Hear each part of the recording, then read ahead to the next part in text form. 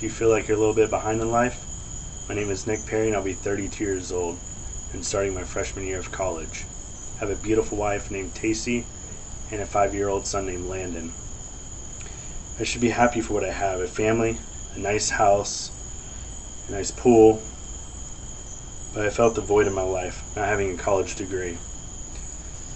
My story begins back in high school, when my friends were going out to parties, or the normal kid was thinking about what he wanted out of life or a career.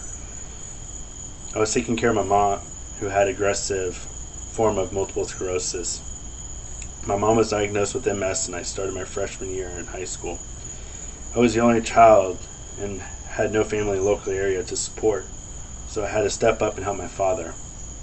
My dad worked second shift for his employer, and after school I was expected to come straight home to assist my mom. By my sophomore year, she was in a wheelchair and she was no longer able to move her legs. At this point, she was very dependent on my dad and me. The tragedy consumed my family's attention and I was too busy to stop and think about things like college or a career. When I was 16, I got a job as a bag boy at my local Publix to help pay for the bills. I was only able to work around my dad's schedule since my mom needed around-the-clock assistance. I was able to help my dad with some medical bills and car insurance, but Publix was going to be my career. By the time I graduated high school, my mom was severely disabled. Still haven't given much thought to the future, but I had some friends who were going to firefighter EMT training, so I decided I would do that as well. I signed up for a few classes at Seminole State College. I was able to get certified as EMT, but my mom wasn't able to be left alone, and we couldn't afford a nurse to stay with her at her house while I was in school. My dad had to work. Because of this, I wasn't able to finish fire standards due to the time committed needed to complete all the classes. So I never finished fire standards and carried on working at Publix. At the age of 25, I was married, and a few months later my wife was pregnant with her son. She was going to college and I was still working at Publix. I was promoted in a management position and I was happy with that. But once my son was 3 years old, Publix was keeping me from seeing my family.